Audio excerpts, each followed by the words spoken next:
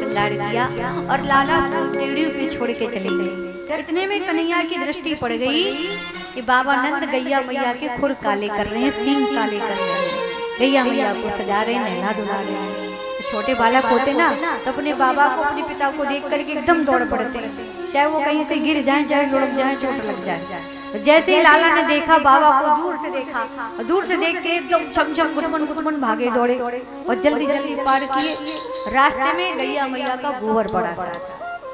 अब गोबर मिल गया तो बालक को जो चीज मिल जाए, छोटे छोटे बालक उनके अंदर भय भी नहीं होता, कहो सर्प कोई पकड़ लिया। बालक जीव जंतु पकड़ने को दौड़ते, उन्हें डर नहीं लगता है, उन्हें नहीं मालूम है, ज्ञान नहीं होता। तो उसी गोबर में भगवान खेलने लग गए। इतने में मैया बाहर आई। मैया बोली अभी तो मैंने इतना सुंदर इसको तैयार किया और देखो गोबर में खेल रहा। मैया ने फिर उठाया और फिर कन्हैया को सजाया और फिर आंगन में छोड़ा। अब मैया को कुछ पता ही नहीं कि कन्हैया क्या देख करके दौड़ लेते सरपट। कन्हैया फिर दौड़े, फिर सरपट दौड़े। अब की बार गाय के गोबर के पास गौ मूत्र भी पड़ा हुआ था महाराज। अब तो महाराज पूरी लीला ही हो गई। उठा उठा के पेट पे लगाया, हाथ पाथ सब में, मुंह में, सब में चुपड़ के बैठे, छपाक छपाक उसी में खेल रहे कन्हैया। मैया गई। अब मैया को गुस्सा आई। मुझे मालूम पड़े कि बा जन्म को सूकर है तो बार बार कीचड़ में ही आकर बैठ जावे, बा जन्म को सूकर ही है। कन्हैया बड़ी जोर से खिलखिला के हंसे। दुई दुई दसन अधर आरो नारे, अरिनासा तिलक को बरने पारे। भगवान की छोटे छोटे नन्ही नन्ही दो दतुलियां चमक रही हैं, खिलखिला के हंसे। मन में सोच रहे कि मैया तो पक्की ज्योतिषाचार्य है। मैया कह रही है कि काऊ जन्म को सूकर हो गए। भगवान ने एक सूकर अवतार भी तो लिया था। अब मैया ने फिर कन्हैया को उठाया और फिर से नहलाया धुलाया। आहा कैसे लगती प्रभु की धूरी भरे आती श्याम जो कैसे, अरे कैसी बंधी सिर सुंदर चोटी। अब पूरा गेटअप चेंज कर दिया। अभी जुगड़ा लगाया था, अब चोटी बांध दी। अरे धूरी भरे अति श्याम जो कैसे, और कैसी बंधी सिर सुंदर चोटी। पीती झगुलिया तन पहराई, पग पे जनी बांधी रे पीरी कछोटी, पीरी कछोटी। और हाथ में दे दिए कुछ पुआ माखन मिश्री। अब मुंडेर पर बैठे हैं कौन? का घुसुम जी महाराज। बोले बाबा तो दर्शन करके गए पर का घुसुम जी अभी भी नहीं गए, वहीं डटे हुए हैं। बोले प्रभु के हाथों का प्रसाद पाके जाऊंगा। तो पहले तो कहा इशारा करके बुलाया, और जैसे काग भूषण जी आए महाराज तो लगे जोर जोर से रोने। तो डर के मारे काग भूषण जी मुंडेर पर बैठे। तभी अवसर देखा कि यशोदा मैया दौड़ी डंडा लेकर के आई, कोई लाला से कुछ छीन न ले जाए। हैं मैया देख रेख करती हैं, भले ही अपने बच्चे को आंगन में छोड़ दें, पर एक नजर माँ की अपने बच्चे पर होती है। अब काग भूषण जी कौए को देख करके मैया दौड़ी। उन्हें तो मालूम नहीं था कि ये काग भूषण जी हैं। कौए को दौड़ा लिया। कन्हैया से काग भूषण जी महाराज दूर बैठे कहते, वारे प्रभु पिटवाई, आज पिटाई लगवा दी होती मेरी तो आपने। पहले बुलाते हो और फिर पिटवाने की योजना बनाते हो। इतने में कन्हैया जैसे माखन और रोटी खाने लगे, इतने में ही बाकागी के भाग को का कहिए। प्रभु कितने सुंदर लग रहे हैं। रस खाने बिलोकतवा छवि को, अरे भारत काम कला निधि कोटि। और तभी अचानक काग भूषण जी माखन रोटी झपटा मार करके ले जाते हैं। वाकागी के भाग को का कहिए, हरि हाथ सो ले गयो माखन रोटी रे माखन रोटी। तो बाल चरित हरि बहु विधि कीना, अति आनंद दासन कहा दीना। अद्भुत अद्भुत भगवान बाल चित्र कर रहे हैं महाराज। अब कन्हैया थोड़े से बड़े हो गए, थोड़े से बड़े हुए, गुटमन गुटमन चल के अपनी ड्योढ़ी के, अपने महल की ड्योढ़ी से पार जाने लगे महाराज। कुछ गोपियां आती लाला को देखने के लिए, मैया यशोदा से बहाने लगा करके आती। एक गोपी ने तो हद ही कर दी महाराज, मैया हमारे घर में गोबर ना रहे हो, तनिक गोबर दे दो आंगन लीप के ताई। मैया बोली ब्रजमंडल में गोबर की कमी है का? जितना चाहे बेटी उतना ले जा। वो गोपी ने गोबर लेना प्रारंभ किया, हमारा जितना लगा हुआ था उठा उठा के यहाँ से वहाँ, यहाँ से वहाँ सब उठा के पटक दी। मैया यशोदा बोली आज का पूरे ब्रजमंडल में लिपाई पोताई हो रही है, इतना गोबर उठा ले। अब क्यों? क्योंकि वो इसी बहाने से आती कन्हैया को देखने के लिए आती। एक छोटी सी गोपी पूछती है कन्हैया से, लाला को खिलाते हैं, लाला तुम्हारी आँख कहाँ है? तो लाला अपने आप बताते हैं, अपनी आँख बताते हैं। लाला तुम्हारी नाक कहाँ है? तो लाला अपनी नाक पकड़ के बता देते हैं। और जैसे ही पूछा कि लाला तुम्हारे कान कहाँ है? कन्हैया बोले बड़ी चालाक हो, भी कान पकड़ा रही हो मेरी, अभी तो मेरे लिए दौड़ दौड़ के आ रही थी, गोबर डाल रही थी, तुम्हें कान पकड़ा रही हो। जैसे पूछा कि कान कहाँ है, छोटे से कन्हैया ने झट से सामने वाली गोपी के कान पकड़ लिए, ये कान होते हैं। नन्हे से कन्हैया ठुमक ठुमक करके चलने लगे, थोड़ा थोड़ा चलने लगे। जब कन्हैया चलते हैं आगे की ओर चरण धरते हैं तो पायलिया उनकी पैजनियां छम छम बोलती हैं। एक दिन ब्रजमंडल में एक ब्राह्मण देवता है, ब्राह्मण कर्मकांडी हैं, एकादशी का व्रत थे, जैसे कल एकादशी थे, एकादशी का व्रत है, पारण करना चाहते हैं द्वादशी के दिन। आज द्वादशी थी और द्वादशी की लीला चल रही, तो द्वादशी को पारण करने के लिए पधारे महाराज। और मैया यशोदा से जाकर के कहा तो मैया यशोदा ने रसोई की व्यवस्था की, सुंदर गेरू डाल करके गाय के गोबर से रसोई लीप करके तैयार करके दी, और बाबा ने भोग बनाया। और जैसे ही भोग बनाया घंटी बजा करके कहा त्वदीयं वस्तु गोविंद तुभ्यमेव समर्पये, त्वदीयं वस्तु गोविंद तुभ्यमेव समर्पये, आओ प्रभु भोग पाइए। जैसे ही घंटी बजाई तो पास में कन्हैया खेल रहे थे, कन्हैया दौड़े दौड़े गए और बाबा के भोग को जूठा कर दिया। तो प्रसाद बनाया था बाबा ने।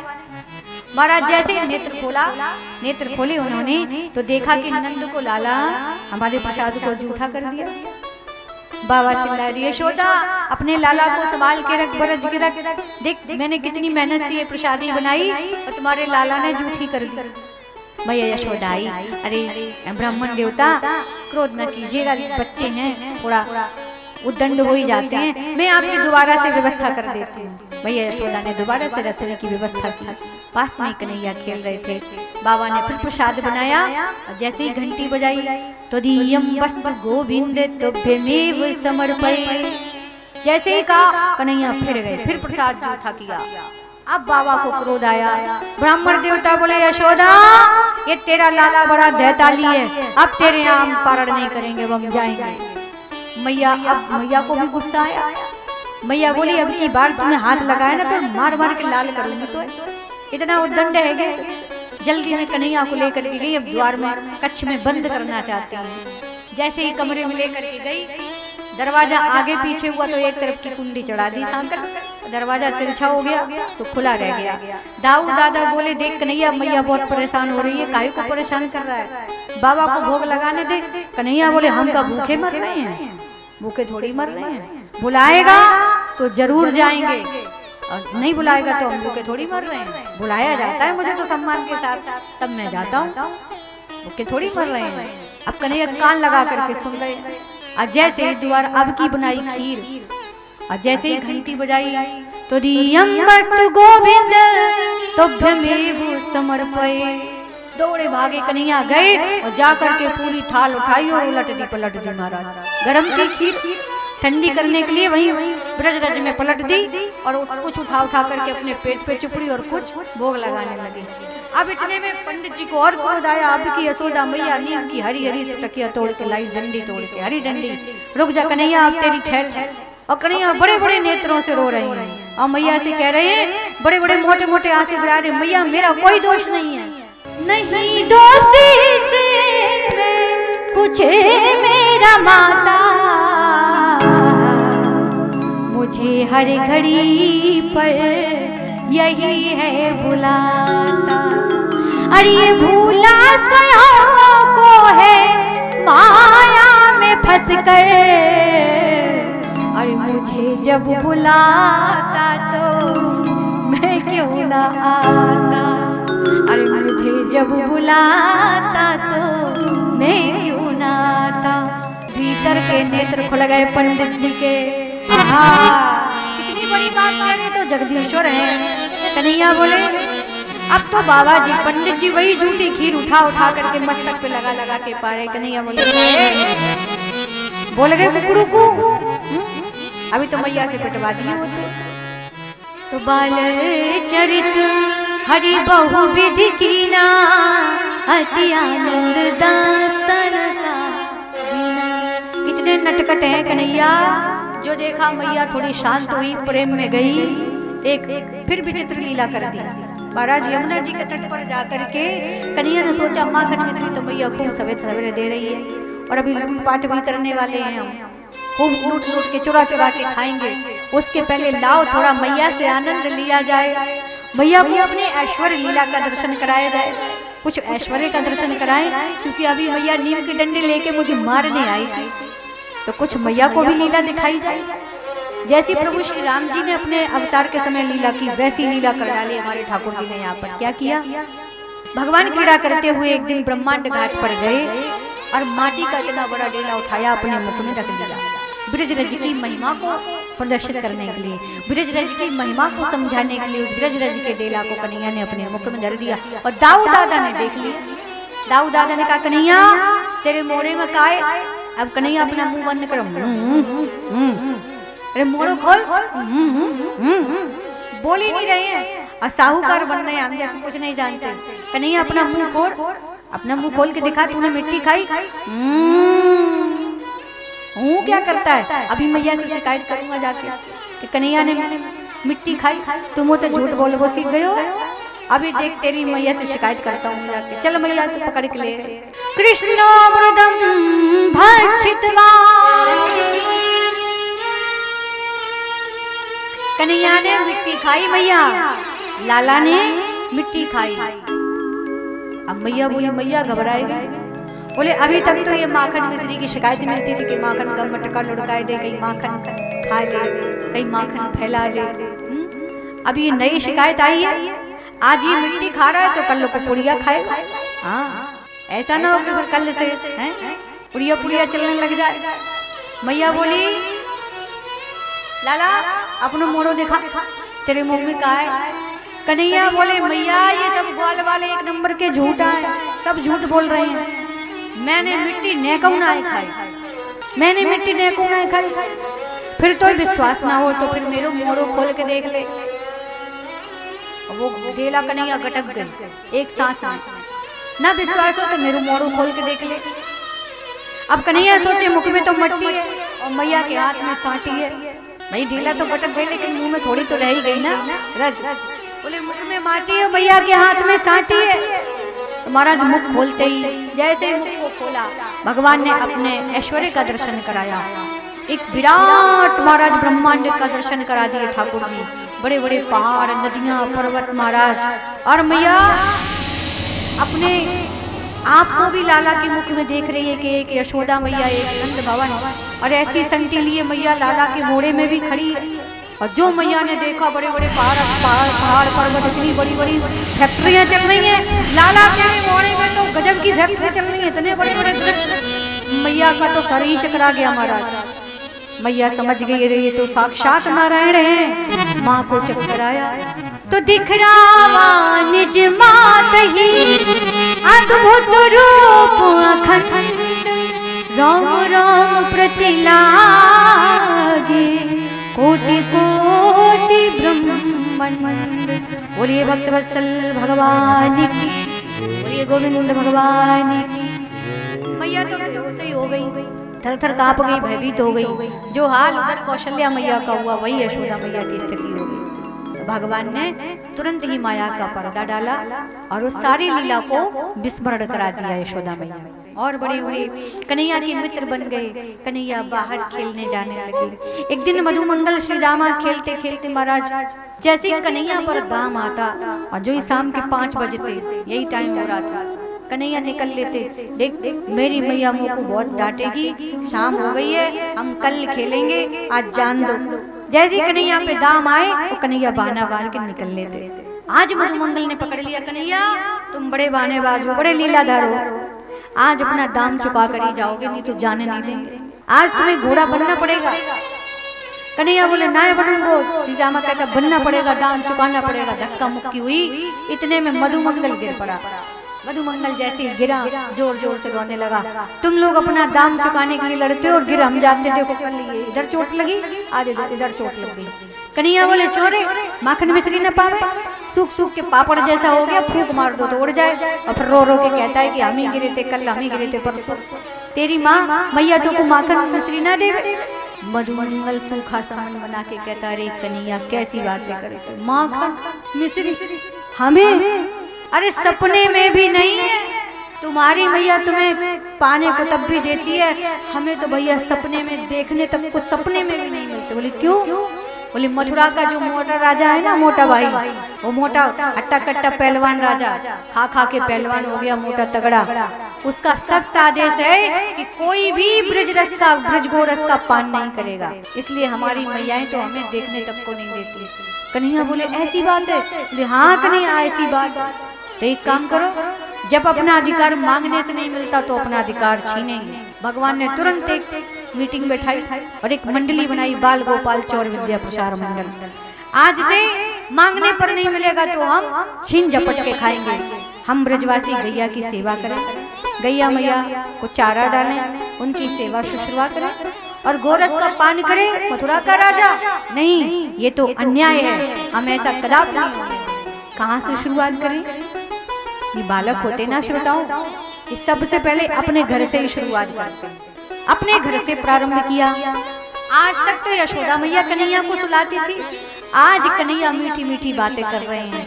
क्यों? आज चोरी करने की अभ्यास करना है ना, चोरी करने का अभ्यास। मैया तू बहुत थक जावे, मैया तेरी कमर दुख जावे, आ मैया तेरे पाँव दबा दूं, तेरी कमर दबा दूं, तेरे चरण। मैया तू चिंता मत करे, जिस दिन मेरा ब्याह हो जाएगा अपनी बहू से सारा काम कराऊंगा, तुझे एक काम नहीं करूंगी। मैया हंस रही, मैया मंद मंद मुस्कुरा रही। अच्छा ऐसे ऐसे सेवा करोगे? हाँ मैया, तो को तो पलंग से नीचे ना उतरने देगी मेरी बहू, इतनी तेरी सेवा करेगी मैया, और बस तो मेरा ब्याह करा दे। कन्हैया मैया कहती कन्हैया तूने कहीं छोरी देखी है का? कहीं देख रखी है तेने बहू? अरे मैया कैसी बात करे, है ना राधिका गौरी, मीठी मीठी बातें करते कन्हैया। भगवान की बड़ी प्यारी मनोहार चल रही है, मैया तुझे चंदन की चौकी पर बिठाऊंगा, मेरा ब्याह करा दे। ऐसी मीठी मीठी बातें करते करते कन्हैया ने मैया को सुला दिया और उठे ठीक रात्रि में गई गोरस भंडार में, आज प्रवेश कर गए और गोरस भंडार में जाकर के एक सबसे बड़ी मटकी उतारी। आज कन्हैया ने पहली बार अपने मुख को देखा, किसमें? दर्पण में। पहले के समय में दर्पण नहीं होते थे। मैया के गोरस भंडार में बड़ी सुंदर सुंदर मड़ियां लगी हैं, उन मड़ियों की जगमगाहट में एक दर्पण में कन्हैया ने अपने मुख को देखा, अपने आप को देखा।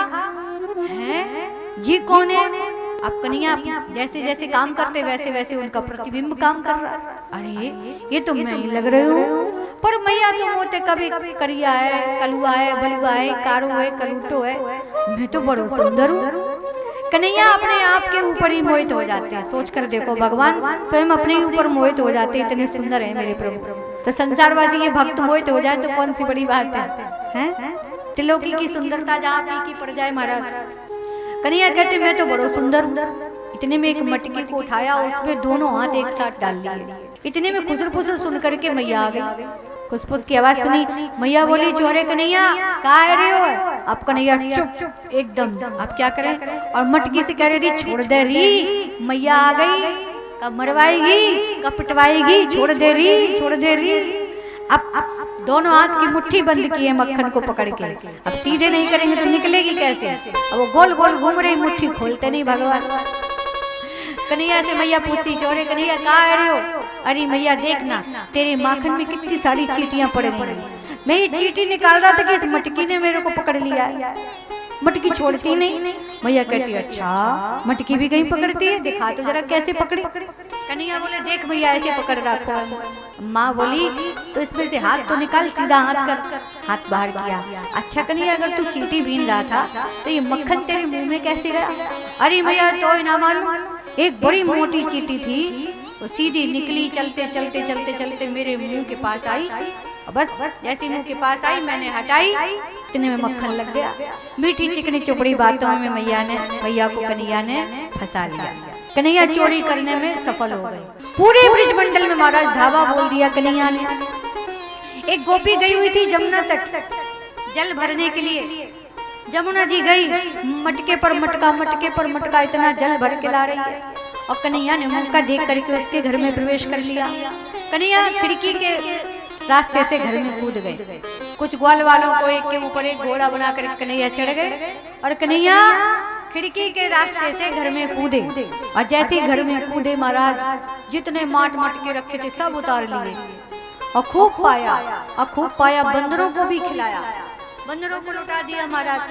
इतने में वो गोपी आई, गोपी का आना हुआ और जितना मक्खन बचा था वो सब उठा करके महाराज पूरा आंगन में सब में घर में जमीन में लीप दिया और बचा तो दीवारों में चुपड़ दिया। अब वो गोपी मटके के ऊपर मटका 7 मटका जल भर करके लाई थी और जैसे उसने द्वार खोला, उसे तो मालूम ही नहीं था कि अंदर क्या क्या हो रखा है। जैसे उसने द्वार खोला और जो पांव रखा जमीन पर आगे बढ़ने के लिए तो माखन की लिपाई हो रखी थी महाराज, एकदम चिकना हो रखा था फिसलना।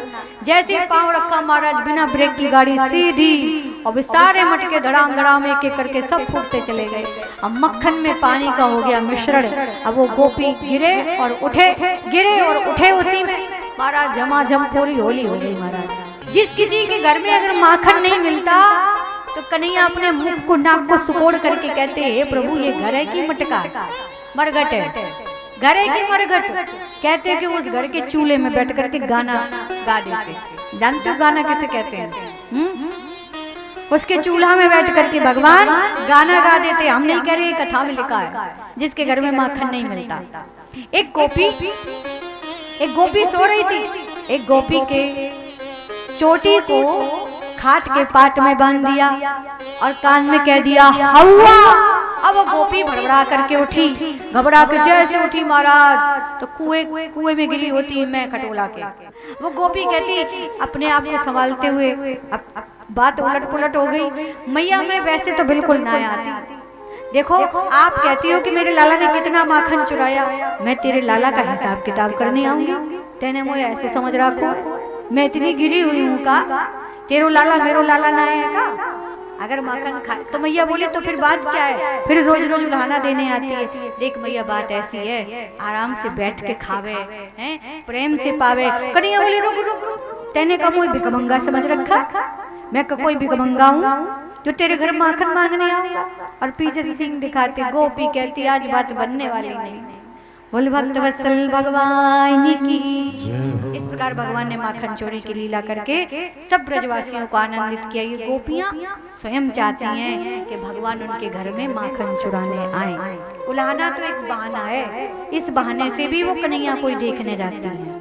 एक दिन की बात है, मैया कन्हैया सो रहे थे और सोते सोते आंखें मीटते मीटते उठे।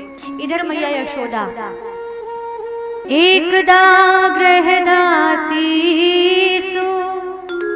यशोदानंद गेनी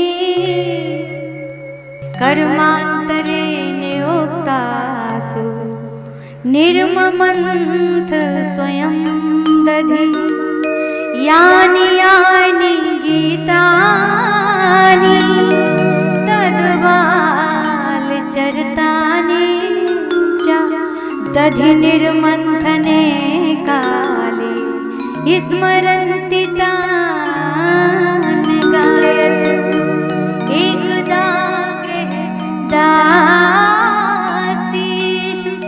यशोदानंद गेनी। एक बार मैया ने दासियों को घर के अन्य कामों में लगा दिया और स्वयं दधि निर्ममंथ करने बैठ गई, दधि बिलोने बैठ गई। मनसा वाचा कर्मणा तीनों प्रकार से अपने लाला का ध्यान कर रही है, कन्हैया का ध्यान कर रही है। मेरो लाला भी जागेगो और उठते ही कहे मैया मैया कह के डोलेगो, मेरी गोद में बैठोगो और माखन मांगेगो तो अपने लाला को ताजा ताजा माखन खिलाऊंगी। इतने में कन्हैया आंख मिड़ते मिड़ते उठे, मैया की गोद में बैठे और मैया लाला को दुग्ध पिवाई रही, कभी माखन खवाई रही। लाला ने पूछी मैया तू मुझे कितो प्यार करे, कितना प्यार करती है। कन्हैया मैया बोली लाला तुझे बहुत प्यार करूं। अच्छा एक बात बता, तो को दूध प्यारो या पूत प्यारो? पास में ही चूल्हे पर दूध गर्म हो रहा था, दूध का पात्र चढ़ा हुआ था, तो को दूध प्यारो या पूत प्यारो? मैया बोली मोकू तो अपना पूत ही प्यारो है। कन्हैया बोले सच्ची? मैया बोली मुची, सच्ची मुची? बोले सच्ची मुची प्यार है। तभी कन्हैया ने योग माया को आदेश दिया और दूध को चूल्हे पर उबाल दिया। उबल उबल करके दूध गिरने लगा। जैसे मैया ने देखा कि दूध उबल रहा है, कन्हैया को धम्म से नीचे उतारा और जल्दी जल्दी नारायण नारायण दूध फैल गया, भागी। कन्हैया बोले वही तो कह रही थी कि पूत प्यारो है, इतनी जल्दी भूल गई। आओ तकाना ताओ, एक लोढ़ा पड़ा हुआ था, पत्थर सिलबट्टा पड़ा हुआ था, उसी बट्टे को उठाया और उसी मटके में दे मारा। बोले भक्त वत्सल भगवान की। आज न जाने क्या हुआ, कन्हैया गोरस भंडार में खिड़की पर चढ़ गए और चढ़ करके सारा मक्खन, सारे माट माट के धड़ाम धड़ाम सब फोड़ डाले, सब बंदरों को खिला दिया। मैया बोली तेरी शिकायत गोपियां सही करती हैं, ठीक करती हैं, तू बहुत बिगड़ गया है, आज तुझे बरजूंगी। मैया संटी लेकर के पीछे पीछे दौड़ रही, आगे आगे कन्हैया दौड़े जा रहे हैं। कभी पलंग के आगे पीछे दौड़े, कभी वृक्ष के आगे पीछे दौड़े। बारे अमलार्जुन के वृक्ष लगे हुए हैं दो, मैया पीछे पीछे कन्हैया गोल गोल वृक्षों के आसपास घूम रहे हैं, दौड़े भागे जा रहे हैं। एक धोबी के घड़े में जाकर के छुप गए। धोबी से कह रहे मेरी मैया इधर से निकलेगी, बताना ना है कि मैं यहाँ बैठा हूँ। धोबी बोला ऐसे ना है, बचाऊंगा, पहले वचन दो, मुझे तारोगे? बोला तारूंगा। मेरे परिवार को तारोगे? बोला तार देंगे। जिस पे हम ये माटी ढोते हैं ना, मेरे गधे को भी तार दो भगवान। कन्हैया बोले तार दिया, पर अब बचा लेना मुझे, उस घड़े में छुपे हैं। मैया निकली। मैया बोली तूने काले काले बच्चे को देखा? एक बड़ा काला काला यहाँ से गया होगा, बड़ा करिया। कन्हैया से कहते करिया बढ़िया, करुआ बरुआ, ऐसे बोलती मैया। एक छोरा गयो होगा, बड़ो कारो कारो, तेने देखो? और धोबी कहता मैया हमने नहीं देखा। मैया चली गई। अब कन्हैया कहते बाहर निकालो। धोबी कहता है अभी नहीं निकालूंगा, पहले वचन दो। कन्हैया बोले कितने वचन लोगे तुम भैया? तुम तर गए, तुम्हारी घरवाली तर गई, तुम्हारा परिवार तर गया, तुम्हारा गधो भी तर गयो। बोलिए भक्त वत्सल भगवान की। वो कुम्हार कहता पहले वचन दो कि कलयुग में जितने भी भक्त तुम्हारा भजन करेंगे सबका तारण तारण करोगे। कन्हैया कहते सब तारे हमने। बोलो भजन करोगे कि नहीं करोगे? कन्हैया खुद कह के गए कि जो मेरा भजन करेगा वो कलयुग में सब तर जाएंगे। बोल भक्त वत्सल भगवान की। बाहर निकाला और मैया घूम के फिर आ गई, पकड़ ले। कन्हैया पकड़ गए और फिर छूटे। दौड़े जा रहे हैं, दौड़े जा रहे हैं, पीछे पीछे मैया हार थक गई। मैया के बेणी में जो पुष्प गुथे हुए थे वो झरझर के चरणों में गिर पड़े। कन्हैया हार गई। कन्हैया से थक मैया जब थक गई तो कन्हैया से कहते लाला पकड़ में आ जाओ, मैं थक गई। श्री सुखदेव जी महाराज कहते हैं हे राजन दर्शन करो, इस दौड़ते हुए ब्रह्म के दर्शन करो जो मैया के भय के कारण दौड़ रहे हैं, जिनका नाम समस्त जगत के भय को समाप्त कर देने वाला है। आज वो ब्रह्म अपनी मैया से डर रहे हैं, कांप रहे हैं। जैसे ही मैया ने वो छड़ी छोड़ी वैसे ही कन्हैया पकड़ में आ जाते हैं। लोग सोचे कि हम समाधि धारणा योग इन सब से भगवान को पकड़ लेंगे, भगवान बंधन में आ जाएंगे, नहीं आने वाले। ये छड़ी क्या है? ये अहंकार है। माँ रस्सी से बांधना चाहती है, 2 उंगल छोटी पड़ जाती है रस्सी। ये रस्सी क्या है? यही है समाधि धारणा योग जप तप, इनसे भगवान बंधन में नहीं आते हैं। जब सब छोड़ दिया, समर्पण कर दिया, तो ही वे भगवान बंधन में आ गए। बोल भक्त वत्सल भगवान की।